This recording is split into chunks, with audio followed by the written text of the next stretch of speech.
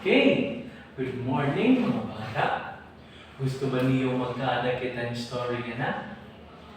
Yay! Yan na, gusto man niyo magkaada kita ng story. Itang story nga na is all about ito po sa mga landowner ngayon tutulong mga workers. Ang title niya ng ating story is The Gracious Owner. Ang story ni usa ka adlaw, usa ka iya ang kaluluwa galing nga tanungan. Ang iyang ngaran ni Don Elias. Ano niyang ngaran? Don Elias.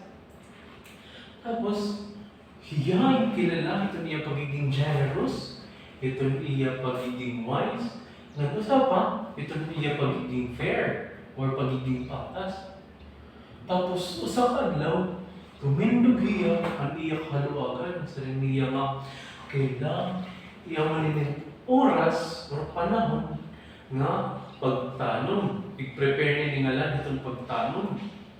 Tapos, pero naya kaniya, diri ko ni kaya mag-usap. Kailangan ko yung mga workers. So, ako ito, nagsendliyahin. Nag-invite yan mga workers diin. Village, nagsendliyahin invitation. Ang total ng mga workers niya invite Miguel, Rosa, nga ni Tomas. So, ang pagulpot nila Miguel, Rosa, at Tomas, gin-explain ni Don Elias ang ira buhaton nga hira, gitagan hitag sa tagsa nga area para pagtanuman kada usa ka ira. Nga dito, nayapan ni Don Elias nga itong iyo reward na depende itong iyo pag-take care or pagtimamno itong iyo garden. Tapos yan na, tumawa ini mga workers. Miguel, he is confident and strong. Rosa, she was thoughtful and kind.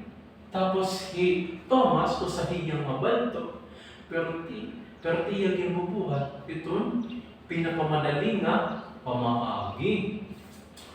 So yan na, in the beginning, Miguel na kung diya permanentiya ng aga pagmamata para pagparado, ito na pagtanong bisan na oran padayong lagi hapon niya. Pero sa liwat, mahirap din na yung iya pace or aniya pagtrabaho, mayroon na. Pero iya liwat ginataganhin kasi iya paghihimo or iya pagtatrabaho, ginkapaistorya niya ng mga tanong nga sugay mangyapon iya ginaampuan nga mag-grow ito niya garden. Thomas liwat, itiya laging bubuhat, itong buti lang ang trabaho, ito sa kadlaw, babadas-badasan ito niyan, tuna, gintatanaman, hinkuhan, liso, tapos, kaurugan ng oras sa niya, nagkikinatulog niya. Ito, nagkikinatulog niya. Tapos, halos sa kabulan, ang gumawas na ang resultahan niya, ang ilang trabaho, ang kanbigil trabaho, tingnan tungod nga, kada adlaw man niya, aga nga naman kapag trabaho, naging marabong ang iya garden, naging makusog, naging marabong. Ang kan Rosa liwat, naging mahusay, nilang bibis or gurugutin kuwan, ang kan Rosa puntahan kan Miguel, pero mahusay liwat, kaya iya gilutang ng design, gilutang ng flowers. Ang kan Miguel liwat, awan kan Thomas, gindaman mga balwa. Kaya kaya di rin man niya ginuupay. Di rin niya ginuupay, nagkikinapuruglia. So, ang mga villagers, sigihin agi-agi, nakita hiya ito ng garden, ang kan gin-praise nila ang buhat ni ang gintrabahuan ni Miguel. Tapos gina-admire liwat niya ang kan Rosa, kahusay niya design. Pero manin ka Thomas, gin-shake niya ang erahead. Kaya kaya kan Thomas, dry niya po, kaya di naman niya nagtatrabaho mo pa. So, ang resulta, nagiging mamarang tuna, tapos damo ang mga banwa. Tapos yan usa ka gabi may makusog na bagyo. Pinakamakusog na bagyo nga multo Tekera Village. Tapos, sisirong tanan. Tapos, makusugan hangin, makusugan uran. Tapos pagkakinabawasan, ang nagdadlagan dahil natutulong ang mga workers. Himigel, pagkita niya ako, ano niya, tanong. Waray good ka, ano, kay marabong, makusog na niya kuwan, ang foundation kay naghalaran ng mga ugat. Hiro sa liwat, ang iya mga tanong, na-save, pinagihan kuwan, ang iyagin ni mga, ang mga bato, ang iyagin alad. Tapos, ang kan Thomas, okay daw, kay waray nagpaka-ugat, waray nang hilawan ugat, abdo, nawara, naruwen, kan Thomas. Tas yan umulpot na, Don Elias. Don Elias, nayakan, Miguel, nag-approach niya ng Elias, aniya basket, punuhin vegetable, nanhin, prutas. Hikuan liwat, hinaw sa liwat, nag-approach liwat niya kan Don Elias na gurugutin niya kuhan kontra kan Miguel, pero maghusay liwat ang mga prutas, maghusay gihapon ang mga vegetables. Pero gurugutin lang ang good. Pero mo pa encourage mo kay ang kan Thomas, anong sa tingin niya kan Thomas? Waray yan nakuha. Tapos nayakan Don Elias kan Miguel. Sige, kay naging maupay man ang imong trabaho. Ikaw na ito niya na supervisor, ito akong farm.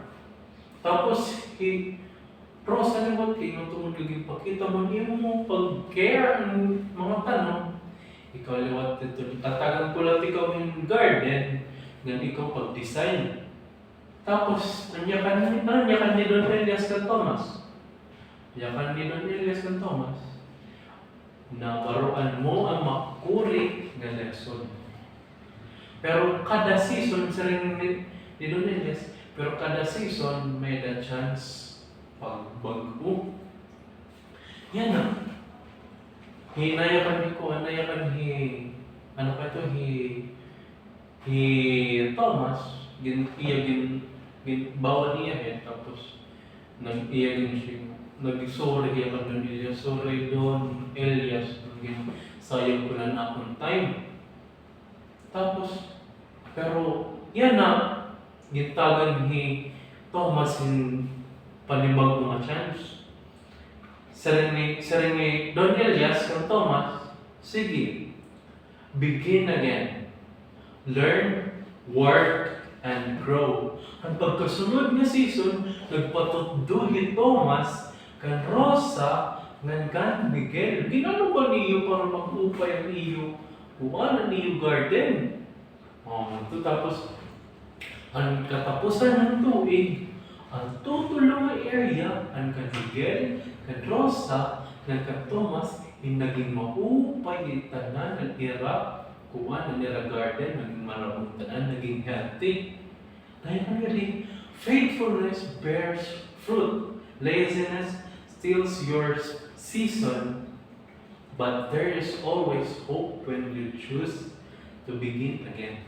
Kaya natin verse, if we confess our sin, He is faithful and just to forgive us our sins and cleanse us from all unrighteousness.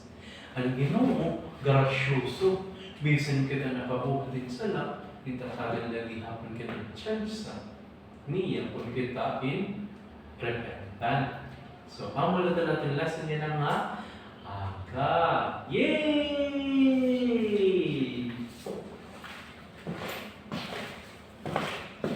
Tapos sorry ka record.